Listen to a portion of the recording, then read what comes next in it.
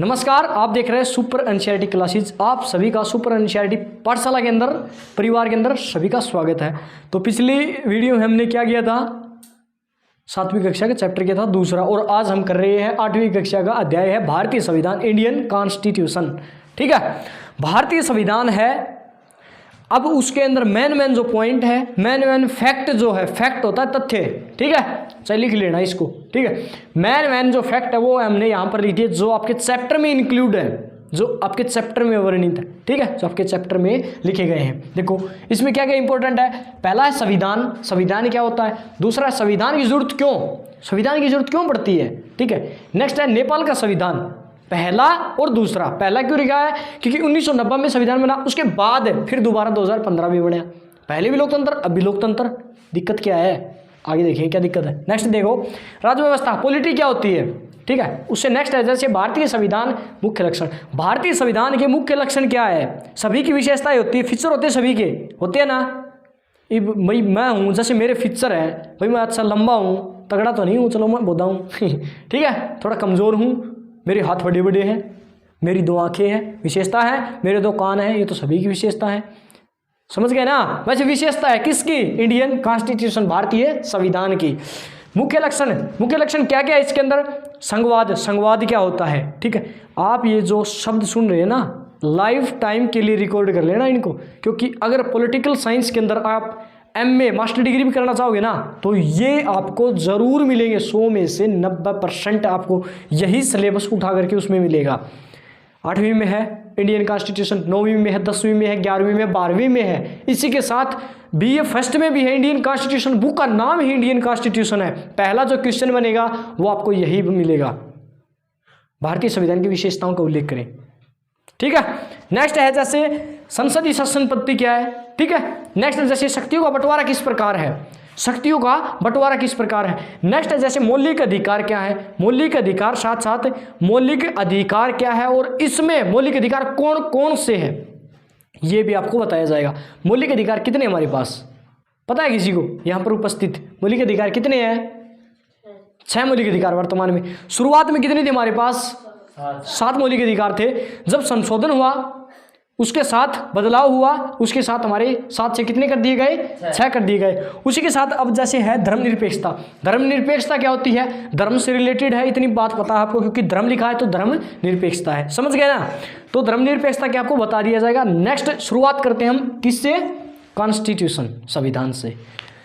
सबसे पहले एक बात पूछना चाहूँगा, क्या आपको पता है कि सबसे पहला लिखित संविधान किस देश का है, किस देश का है।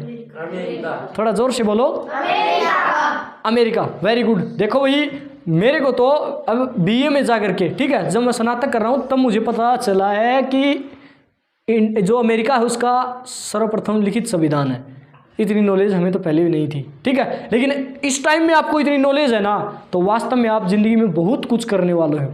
ठीक है, बहुत कुछ करने वाले हैं। तो सोचिएगा नहीं कि हमें कितना करना है, बहुत कुछ करना है अपन को। ठीक है, तो शुरुआत करते हैं कॉन्स्टिट्यूशन से। देखो अमेरिका एक ऐसा देश है जिन्होंने सबसे पहले लिखित संविधान लिख दिया। हाँ भाई, मैं बताता हूँ आपको, लगभग 4 महीने के अंदर, 4 महीने के अंदर अमेरिका ने अपना संविधान लिख लिया था। अनुच्छेद कितने पता है आपको, इंडिया के अंदर कितने, इंडियन कॉन्स्टिट्यूशन के अंदर कितने हैं। Very good, 395। ठीक है, अमेरिका के अंदर कितने पता है आप सभी को, 7 अनुच्छेद है। और कितना समय लगा, सिर्फ 7 अनुच्छेद 12 पन्ने में कंप्लीट, 50 मेरे ख्याल से 5000 शब्दों में निपटा दिया इसको। और इसके साथ कितने दिनों में, 4 महीनों में, 4 महीनों में अमेरिकी कॉन्स्टिट्यूशन कंप्लीट। इंडिया में 395 अनुच्छेद लिखे गए, कितना समय लगा, 2 वर्ष 11 माह 18 दिन। ठीक है, 2 वर्ष 11 माह 18 दिन। ठीक है, और 395 अनुच्छेद लिखे गए, साथ में प्लस में 8 अनुसूचियां आई। ठीक है, अब कितनी है, कितनी है, 12 है। ठीक है, 12 अनुसूचियां। एक चीज ध्यान रखना, अगर आप इंडियन कॉन्स्टिट्यूशन की बुक उठाओगे, किस में मिलेगा कि इंडियन कॉन्स्टिट्यूशन में अनुच्छेद कितने हैं, याद रखना अनुच्छेद। ठीक है, अनुच्छेद कितने हैं, इंग्लिश में इसको कहते हैं आर्टिकल। ठीक है, अनुच्छेद कितने हैं। तो कोई पुस्तक आपको दिए 426, 430, 432, 427, कोई दिखाएगी 420। ये चक्कर क्या है इसका? देख एक चीज मैं बताता हूँ आपको। जैसे लिख दिया कि अनुच्छेद 1, क्या लिख दिया? अनुच्छेद 1, तो इसका भी पार्ट बना दिया, क्लॉज 1, क्लॉज 2, क्लॉज 3, ऐसे भाग बना दिए इसके। अनुच्छेद कितना है? भाग अनेक बना दिए। तो कई जो पुस्तकें ना छापते हैं वो इनको भी अनुच्छेद मानते हैं। ये अनुच्छेद नहीं है, ये अनुच्छेद के पार्ट हैं, याद रखना। तो जो बेसिक हमारा जो स्ट्रक्चर है ना, उसके अंदर कितने अनुच्छेद हैं बताओ? बेसिक जो हमारा कॉन्स्टिट्यूशन है, बेसिक स्ट्रक्चर, उसमें कितने हैं? 395 अनुच्छेद है। ठीक है, इसमें कोई डाउट? ठीक है। अब होता है कि संविधान होता क्या है? मैं कहूँ ना, रूल रेगुलेशन का संग्रह जो होता है ना, वो संविधान है। ठीक है, नियम सुना है कभी आपने? नियम कायदे, ठीक है, नियम कायदे का जो समूह होता है वो संविधान होता है।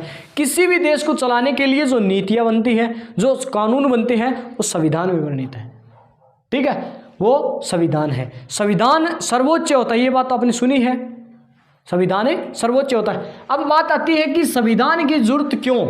क्या संविधान के बिना काम नहीं चल सकता? मान लीजिए आप एक गेम खेलते हैं, आप कौन सा गेम खेलना पसंद करते हैं? जोर से बोलो। कबड्डी। यदि मैं कहूं कि कबड्डी के अंदर रूल ना हो तो गेम कैसा लगेगा? नीरस हो जाएगा वो, बिल्कुल नहीं चल सकेगा। कितने दिन खेलोगे कबड्डी? क्या कबड्डी खेलोगे यार? क्या कबड्डी खेलोगे ये बताओ? रूल ही नहीं है। तो एक रेडर जा रहा है, रूल के अकॉर्डिंग जा रहा है, वो रेडर ही नहीं जा रहा है, उसके रेड ही नहीं है, ये फिर खेलोगे इसके साथ? जाएगा, उसको 7 जने पकड़ सकते हैं, ये रूल है। कितना दायरा होगा, ये रूल है। तो रूल रेगुलेशन के साथ उसके हिसाब से गेम चलता है, ये पता चल गया आपको? उसी प्रकार रूल रेगुलेशन के साथ क्या चलता है? देश चलता है। क्या चलता है? देश। अब ये जैसे है भारत, भारत किसके अंदर है? संविधान के अंदर है। ठीक है, यहां पर मैं यदि कहूं कि कबड्डी, ठीक है, कबड्डी किसके अंडर में है? नियमों के अंडर में है, और उसी नियम को हम संविधान कहते हैं। समझ में आ गई ना? अरे बेसिक जो चीज़ हम उसको उठा करके चल रहे हैं। ठीक है, बेस अगर उठा करके चलेंगे तो दी बेस्ट समझ में आएगा। मैं तो हर एक बात पर आपको एग्जाम्पल देता हूँ कि नहीं देता हूँ? एग्जाम्पल से ज़्यादा समझ में आता है, ये बात याद रखना। ठीक है, तो संविधान की जरूरत के प्रति किसी भी देश को चलाने के लिए, उसकी शासन व्यवस्था को चलाने के लिए संविधान की जरूरत पड़ती है। ठीक है, नेक्स्ट है जैसे नेपाल का संविधान। अब देखो, पहले क्या होता था? राजा होते थे, रजवाड़े होते थे। अब जो राज्य है ना, पहले इनको किस में बांटा था? जैसे रजवाड़े, क्या थे? रजवाड़े। इसके ऊपर किसका शासन था? राजाओं का। पहले क्या होता था? भाई इतनी जमीन है, ये छोड़ दे, ये यहाँ इलाका, इतना इलाका हमारा है, छोड़ दिया। इतना इलाका इस राजा का है, इतना इलाका इस राजा का है। ठीक है, अच्छा, रजवाड़े के ऊपर किसका राज? राजा का। राजा का राज है तो कैसा तंत्र? तंत्र होता है सिस्टम, वहां का सिस्टम। ठीक है, किसके हाथ में है? इसीलिए इसको नाम दिया गया है राजतंत्र। याद रखना, राज होता है राजा। ठीक है, राजतंत्र, राजा का तंत्र। तंत्र यानी कि शासन, सिस्टम। सिस्टम एक जैसे ट्रेंडिंग भी है, सिस्टम पाड़ देंगे, सुन रखा होगा सब ना? सिस्टम पाड़ देंगे। नु कौन बेरा अदा नुहे कौन बेरा सिस्टम के है? अदा नुहे कौन बेरा वास्तव में रियल बात, अदा नुहे सिस्टम पाड़ देंगे, अदा नुहे बेरा सिस्टम ही के है, इसी से भी। ठीक है, तो आपने क्या करना है? तंत्र। सिस्टम को हिंदी भाषा में तंत्र कहते हैं। तंत्र होता है शासन। ठीक है, राजतंत्र में किसका शासन होता है? राजा का। जिंदगी भर के लिए समझ लो, इसको याद कर लो, किसका शासन होता है राजतंत्र में? एक शासन व्यवस्था ही बात कर रहा हूं मैं। एक है राजतंत्र और एक होती है लोकतंत्र। इंडिया में कौन सी है?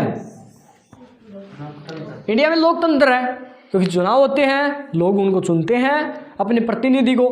लोकतंत्र होते हैं, लोक का अर्थ होता है लोग, तंत्र होता है शासन। इसका मतलब किसका शासन है? लोगों का शासन है तो लोकतंत्र, राजा का शासन है तो राजतंत्र। समझ गए? अब दो प्रचलित हैं, राज व्यवस्था जो मतलब कि शासन व्यवस्था, शासन व्यवस्था है जो दो तंत्रों में है, एक तो है राजा का तंत्र, एक है लोकतंत्र। अब देखो, अगर राजा का तंत्र है ना तो राजा कहेगा वही चलेगी, ठीक है। राजा ये कह देगा भाई तू गिर जा, तो वो गिर जाएगा। जैसे मैंने कह दिया ये गिर गया तो मैं राजा हुआ, ठीक है। अब मैं ऐसे कहूँगा कि वापिस आ जाइए, नहीं आई, तो ये कैसा हुआ? ये लोकतंत्र हुआ। कौन मानना भाई मेरी, है कि नहीं है? जब लोगों का शासन हो, लोग अपनी मर्जी के अनुसार चले, इतनी भी मर्जी नहीं है, संविधान के अंडर में रह करके, ठीक है। जहाँ लोकतंत्र होगा ना वहाँ संविधान होगा, जहाँ संविधान है वहाँ लोकतंत्र है, दोनों एक दूसरे से अटैचमेंट, ठीक है, टच है दोनों, ठीक है। जहाँ पर क्या है संविधान, वहाँ पर लोकतंत्र है कि नहीं है? जहाँ पर राजा है वहाँ पर कैसा संविधान? संविधान तो खुद राजा ही है फिर। समझे कि नहीं समझे? समझे कि नहीं समझे? अरुण नहीं समझा? क्या नहीं समझा? क्या डाउट है? लोकतंत्र, देख, लोकतंत्र होता है लोगों का शासन। एक चीज बताओ मेरे को, इसमें क्या होता है कि वोटिंग जो होती है, वोट समझते हो? वोटिंग जो होती है, जो हम सरपंच चुनते हैं, पंच चुनते हैं, जिसमें वोटिंग करते हैं, वोट डालते हैं, वो लोगों के द्वारा होती है। अगर राजा है, राजा चुनना हो तो कोई किसी को ये थोड़ी कहेगा चलो भाई राजा का चुनाव है, राजा चुनने चलेंगे। आज तक किसी ने चुना है राजा? अगर राजा मर गया तो और अगला राजा कौन? उसका बेटा। अगर बाई चांस उसका बेटा ना हो तो उसकी बेटी, उसकी बेटी ना हो तो उसकी पत्नी, उसकी पत्नी ना हो तो उसका भाई। एक कहानी सुनाता हूँ आपको। एक बार एक राजा था, उसका एक भाई था, तो उसके भाई ने कहा कि कभी न कभी तो शासन डोर हमारे हाथ में आएगी ही। उसने कहा कि भाई साहब एक बात बताओ, आप मान लीजिए कल अगर आपको कुछ हो जाए तो ये राजा की गद्दी कौन संभालेगा? बोले क्या बात कर रहे हो, मेरा पुत्र है वो संभालेगा। उसने सोचा यार तेरा नंबर कहाँ गया। फिर उसने कहा कि चलो ठीक है, अब बताओ सर, अगर आपका पुत्र भी चला गया तो कौन संभालेगा? सीधी सी बात है, उसका पुत्र संभालेगा। सोचे यार नंबर कट गए तो नंबर कैसे आए? फिर उसने कहा कि अगर उसका भी पुत्र मर जाए तो? बोले उसका पुत्र संभालेगा। बोले उसका भी पुत्र मर जाए तो? बोले उसका पुत्र संभालेगा। बोले उसका भी पुत्र मर जाए तो? उसका भी पुत्र संभालेगा। यार ऐसे तो नंबर नहीं पड़ेगा। बोले मान लीजिए राजा साहब पुत्र के पुत्र के पुत्र के पुत्र पुत्र पुत्र पुत्र मर जाए उसके, तो कौन बनेगा? अब राजा समझ गया कि हाँ अंगुली अपने भी उठाना चाहता है, ठीक है। उसने कहा कि देखो अगर पुत्र का पुत्र का पुत्र का पुत्र का पुत्र मर जाए ना तो उसका पुत्र ही बनेगा, तुझे नहीं बनने दूंगा मैं। समझ गए ना? तो राजा के बाद कौन? उसका पुत्र, ठीक है। उसमें लोगों का शासन नहीं है। लोग ये नहीं है वोटिंग करूंगा मैं जा करके हाँ भाई ये राजा बनेगा, कोई कहता है कि ये राजा बनेगा? नहीं, जनता कभी भी डिसाइड नहीं करती इस बात को। राजा डिसाइड करता है मेरा भाई बनेगा, मेरी बहन बनेगी, मेरी बेटी बनेगी या मेरा पुत्र बनेगा, ठीक है। नेक्स्ट देखो, इसमें है जैसे नेपाल का संविधान 1990 में लोकतंत्र बनाया गया यहाँ पर, लेकिन शासन व्यवस्था जो थी राजतंत्र की थी।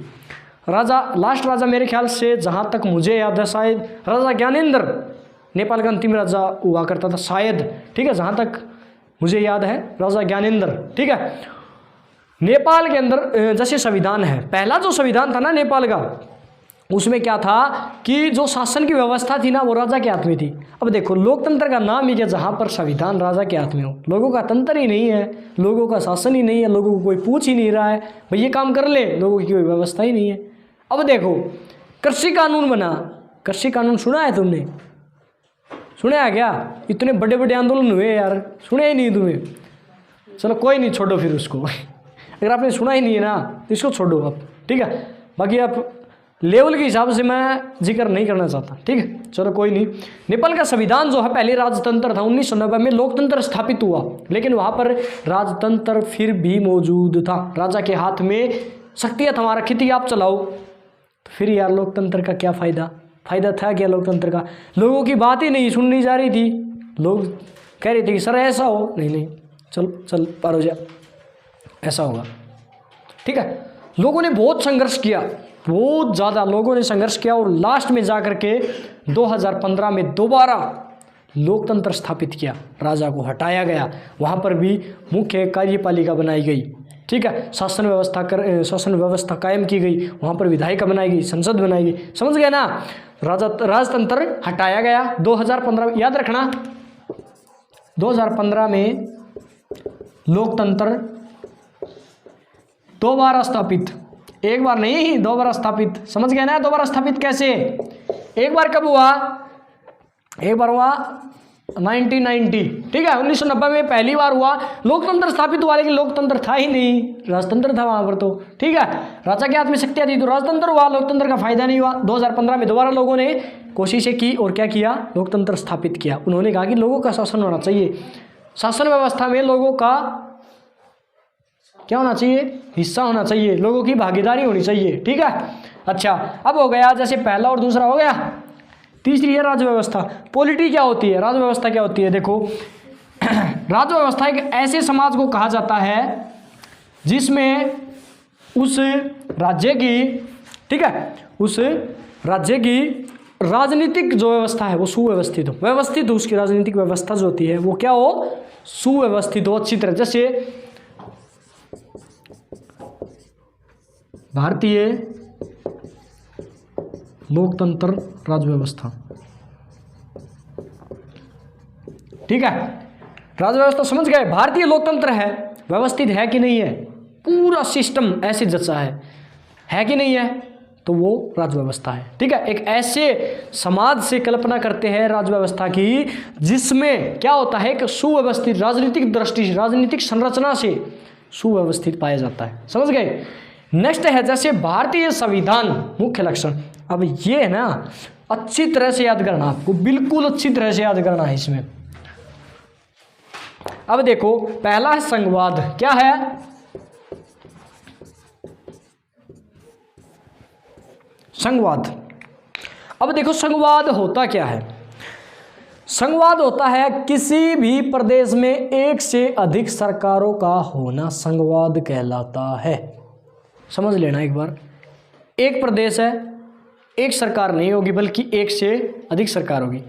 भारत है, क्या है, भारत।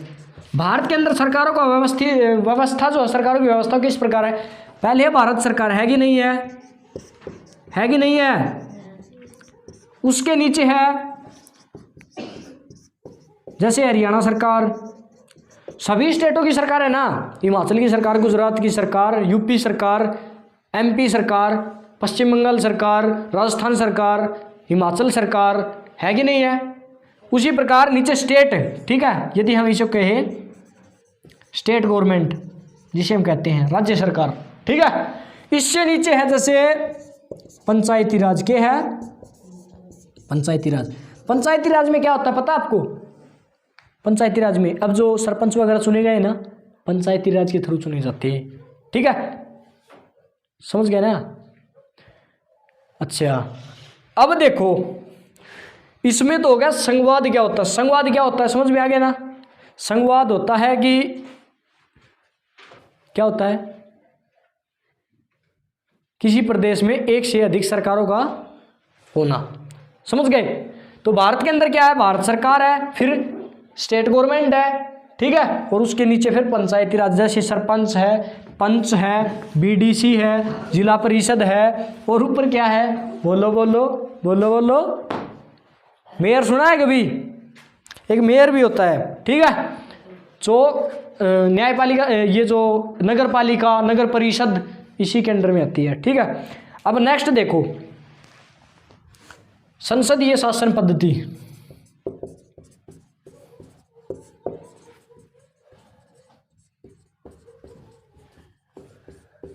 क्या है, संसदीय शासन पद्धति। अब देखो सार्वभौमिक वैश्विक मताधिकार, सभी को पता है क्या होता है, शासन पद्धति इसमें कहती है संसदीय होती है, ठीक है, संसदीय शासन पद्धति। इसमें लोगों को वोट डालने का अधिकार होता है, सभी के पास वैश्विक मताधिकार है कि नहीं है, 18 वर्ष की आयु पूरी की और वोट का अधिकार पा लिया।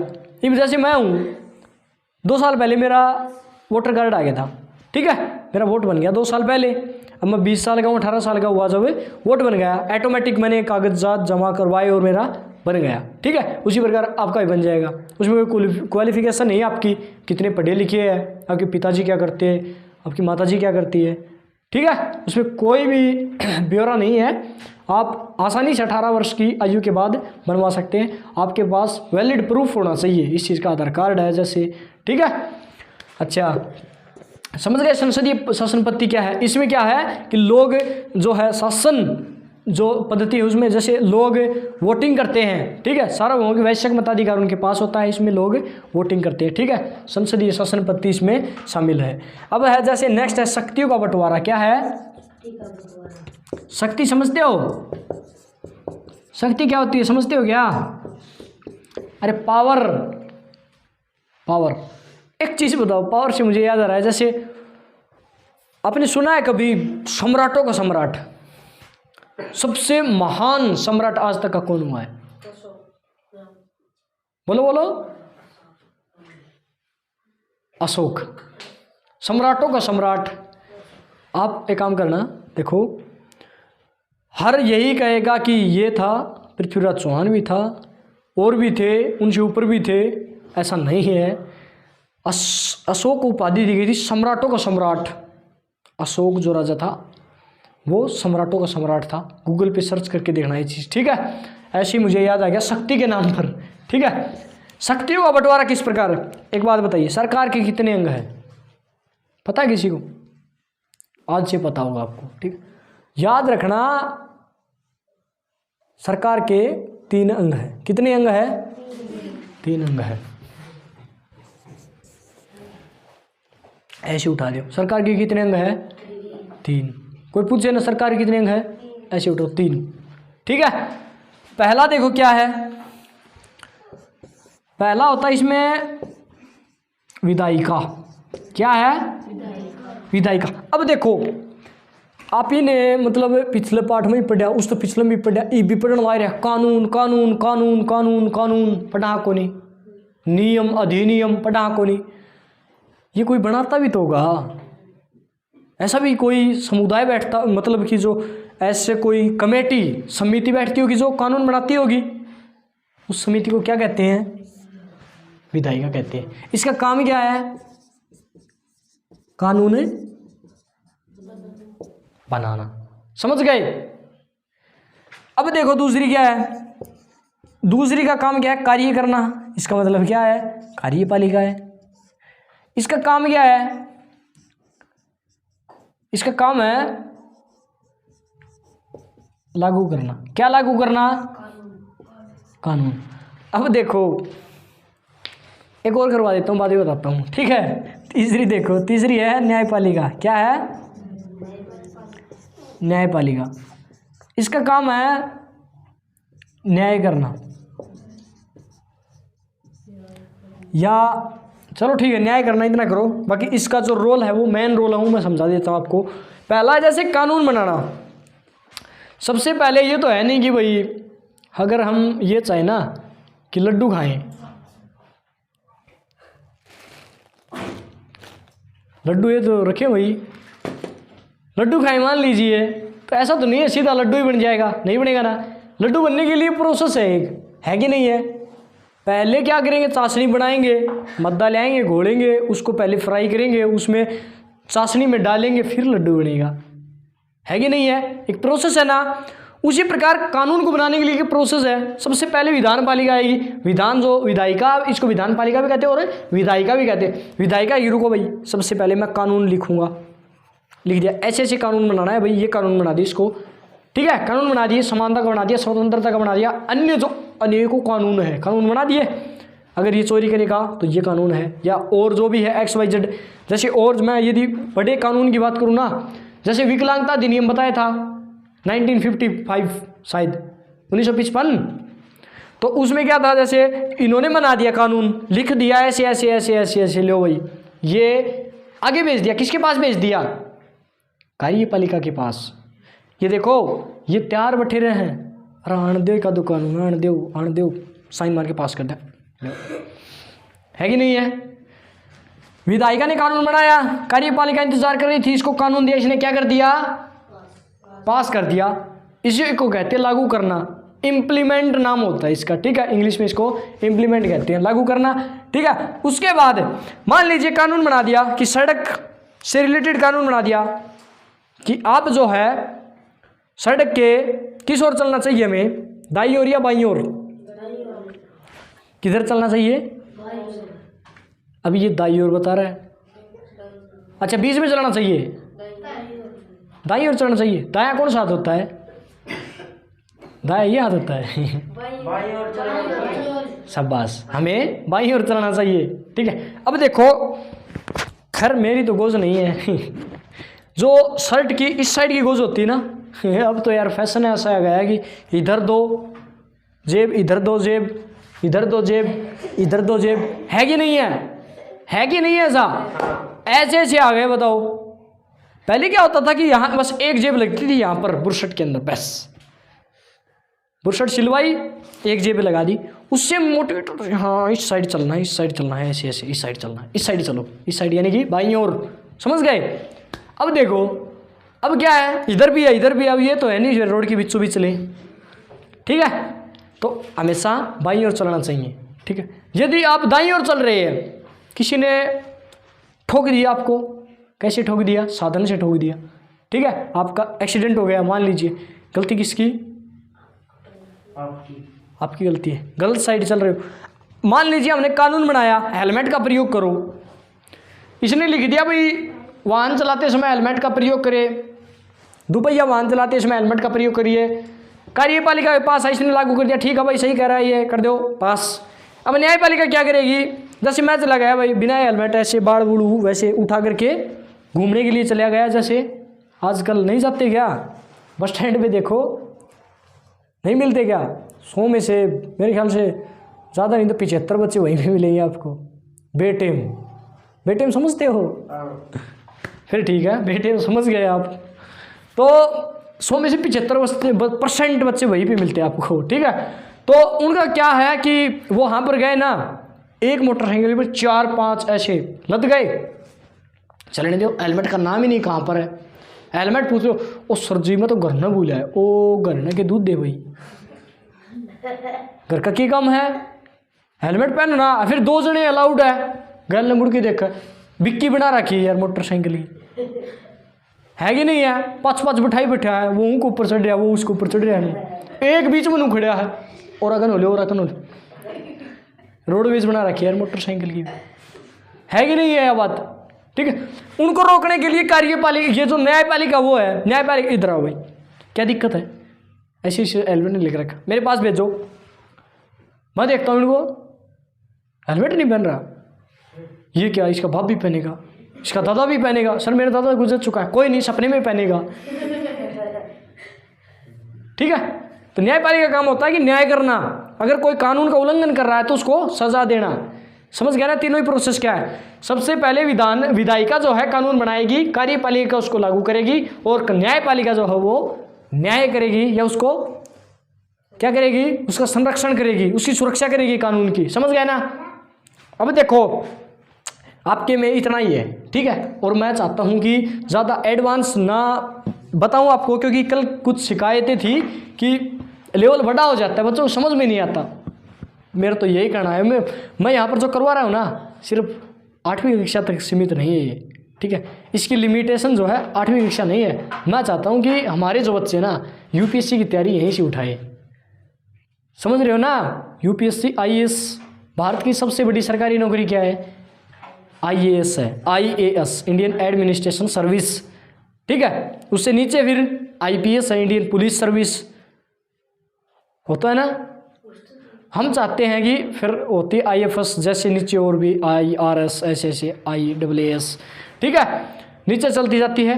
अब देखो हम तो यही चाहते हैं कि हमारा तीसरा बच्चा यूपीएससी की तैयारी की ओर बढ़े, आईएएस बने, ठीक है। आईएएस बनने के बाद क्या होता है, ये जो कानून बनाते हैं ना, आईएएस बनाते हैं ज़्यादातर।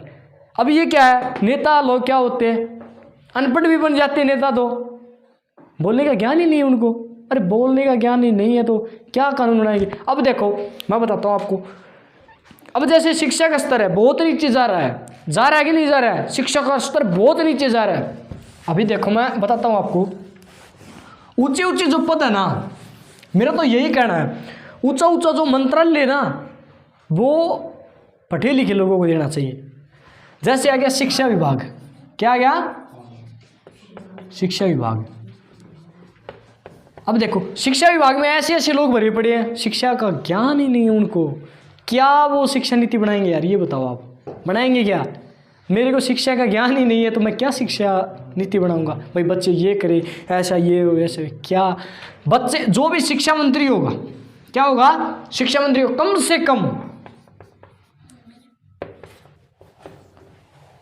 से कम पीएचडी होना चाहिए। क्या होना चाहिए, समझ गए, कम से कम पीएचडी होना चाहिए। और शिक्षा और जो विभाग है जैसे स्वास्थ्य विभाग है, स्वास्थ्य विभाग में कम से कम अगर मंत्री बनाए ना, अब जैसे स्वास्थ्य के बारे में क्या आप नीतियां बना सकते हैं जब आपको कुछ नॉलेज ही नहीं उस चीज़ के बारे में, कोई बीमारी आ गई है उसके बारे में नॉलेज ही नहीं है तो आप क्या उसके बारे में नीतियां बनाएंगे। हम तो उसके बारे में उसका सोल्यूशन के बारे में दो, ऐसे नहीं कहते जैसे भाई इसके सुझाव में, ठीक है, इसके सुझाव में 2 वाक्य बताइए, हम तो वो भी नहीं बता पाते। तो इसके लिए क्या होना चाहिए, लगभग एमबीबीएस होना चाहिए। एमबीबीएस डॉक्टर समझते हो ना, लगभग सबसे बड़ा डॉक्टर एमबीबीएस कौन सा, प्लस में इसके एमडी होना चाहिए। एमबीबीएस के बाद होता है एमडी, ठीक है, एमबीबीएस प्लस एमडी होना चाहिए, समझ गए ना। ऐसे ऐसे विभाग, ऐसे तकड़े विभाग है ये जो देश में बहुत ज़्यादा उन्नति में हाथ बटोरते हैं, ठीक है, उन्नति में सहयोग देते हैं। शिक्षा विभाग है यार, छोटा विभाग है क्या शिक्षा विभाग, स्वास्थ्य विभाग है छोटा विभाग है क्या है। अब ऐसे है, ये जो और विभाग बच गए इनमें कर दो, ठीक है, जो भी है, किसको मंत्री बनाना बना दो, उसको शिक्षा के बारे में क्या नॉलेज ही नहीं है तो वो क्या शिक्षा नीति बनाएगा। चैप्टर से मैं थोड़ा दूर जा रहा हूँ मुझे लग रहा है ऐसा कि थोड़ा ओवर हो रहा है आपसे, कोई नहीं, समझोगे ना, जब तक आप व्यवस्था को नहीं समझोगे तब तक आप बहुत नीचे तक रहोगे, ठीक है।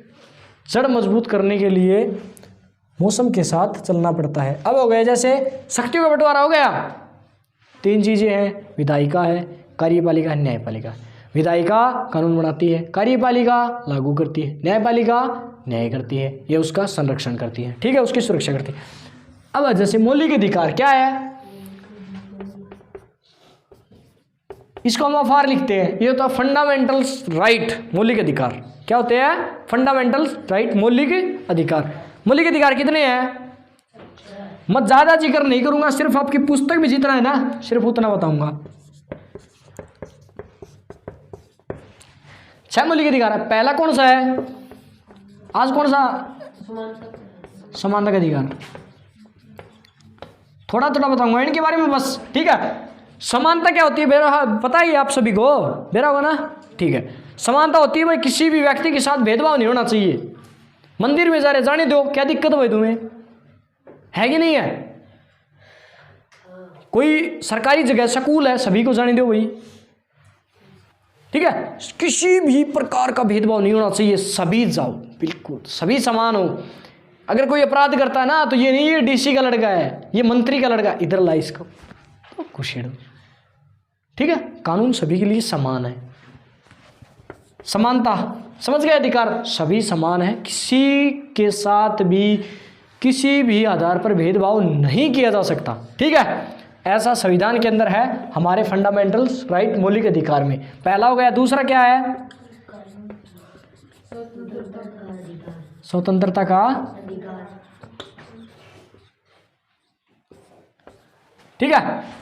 सेकंड है से स्वतंत्रता का अधिकार, सभी स्वतंत्र है इंडिया के अंदर, है कि नहीं है, अपने अपने क्षेत्र में सभी स्वतंत्र है।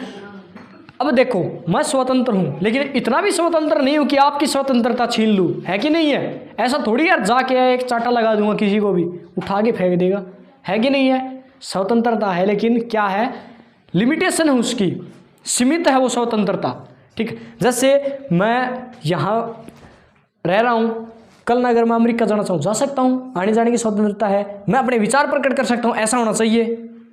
अभिव्यक्ति की स्वतंत्रता है, भाषण देने की स्वतंत्रता है, संघ बनाने की स्वतंत्रता है, पार्टीज बनाओ या और जो भी है XYZ। और मैं यदि कहूँ धंधा करने की स्वतंत्रता है, आज मैं यहाँ धंधा कर रहा हूँ कल वह करूँगा, क्या दिक्कत है? ठीक है, आज मैं यहाँ पर व्यापार कर रहा हूँ कल वहाँ पर व्यापार करूँगा, आज मेरी यहाँ पर जो फैक्ट्री वगैरह है कल वहाँ पर होंगी, क्या दिक्कत है? कर सकते हैं आप, स्वतंत्रता आपकी, आपको जीने का अधिकार है, आपकी कोई जीने का अधिकार को कभी नहीं छीन सकता। जीने का अधिकार का मतलब समझते हो? जीने का अधिकार, जीने का काम तमाम में से कोई नहीं कर सकता, समझ गए ना? ठीक है। तीसरा है शोषण के विरुद्ध अधिकार। अब देखो इसमें क्या है, शोषण के विरुद्ध अधिकार, महिलाओं का या बच्चों का शोषण नहीं किया जा सकता। ठीक है, किसी भी बच्चे को फैक्ट्री में काम नहीं लगाया जा सकता। ठीक है, जब तक वो 14 वर्ष से कम आयु के बच्चों को नहीं लगाया जा सकता। पता होगा ना इस चीज़ का तो आपका। ठीक है, जैसे फैक्ट्रियाँ हैं, बहुत से बच्चे काम करते हैं, करते कि नहीं करते हैं, लेकिन गलत है, वो इलीगल है। ठीक है, होटलों में देखना छोटे छोटे बच्चे काम करते मिलेंगे ना, इलीगल है, वो गलत है।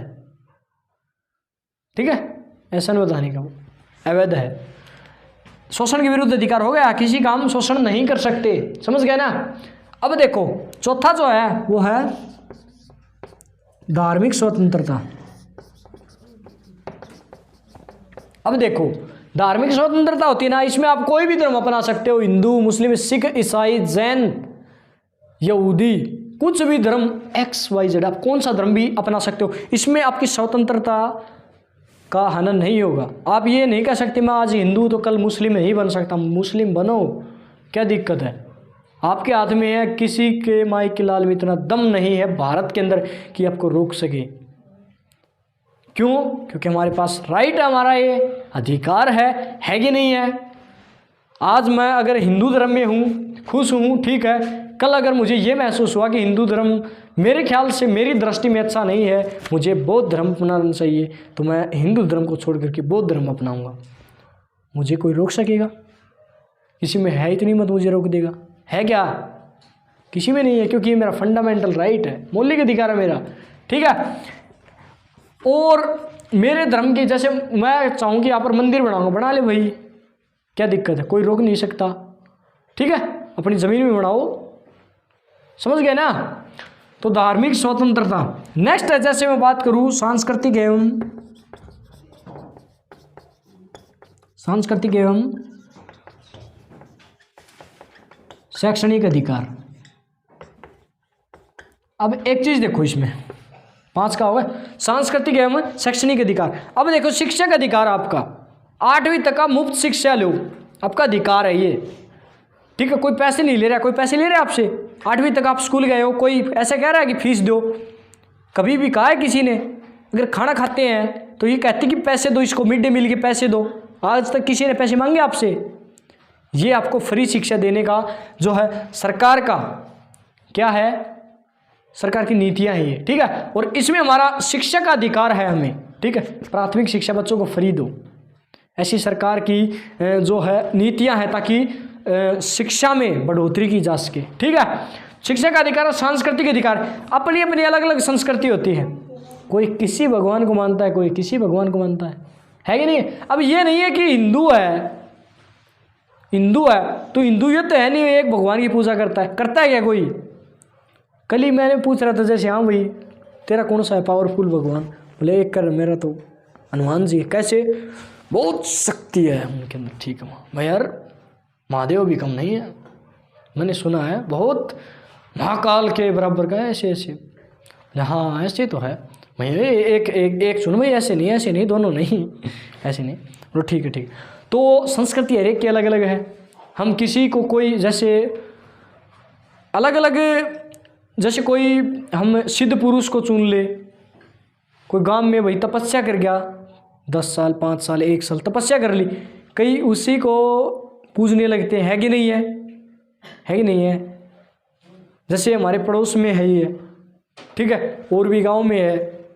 हर गांव में लगभग एक न एक सिद्ध जरूर मिलेगा, आपको मिलेगा ना।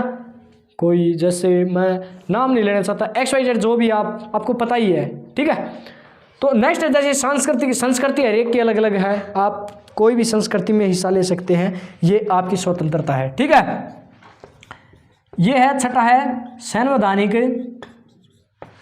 उपचार का अधिकार।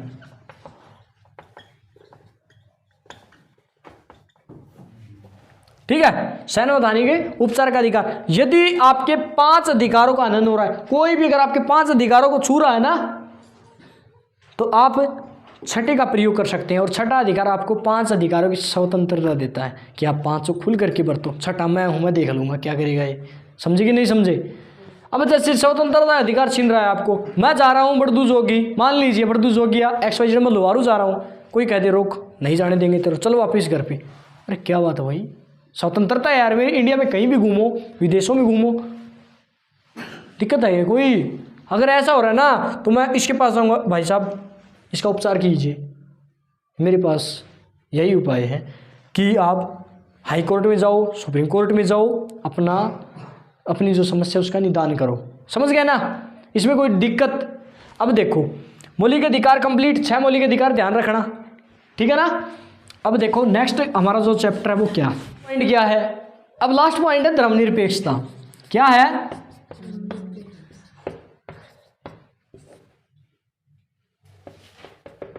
धर्मनिरपेक्षता। इसके लिए हम एक शब्द का यूज करते हैं सेकुलर। क्या, सेकुलर। सेकुलर भी 2 टाइप का होता है, एक होता है नेगेटिव, एक होता है पॉजिटिव। देखो विचार सभी में आते हैं कि नहीं है, विचार तो सभी में आते हैं, किसी के पॉजिटिव है किसी के नेगेटिव है। तो इसमें है एक है क्या रूप है पॉजिटिव, एक क्या है नेगेटिव। ठीक है, अब पॉजिटिव क्या है, पॉजिटिव में यह है कि सभी धर्म समान है। भाई हम रखेंगे सभी धर्म समान है, कोई भी धर्म छोटा बड़ा नहीं है, सभी समान है, सभी को बराबर सुविधा मिलेगी। एक कहता नेगेटिव, हम किसी धर्म को नहीं मानते, हम नास्तिक हैं, कोई धर्म नहीं है, नहीं हटाओ इसको।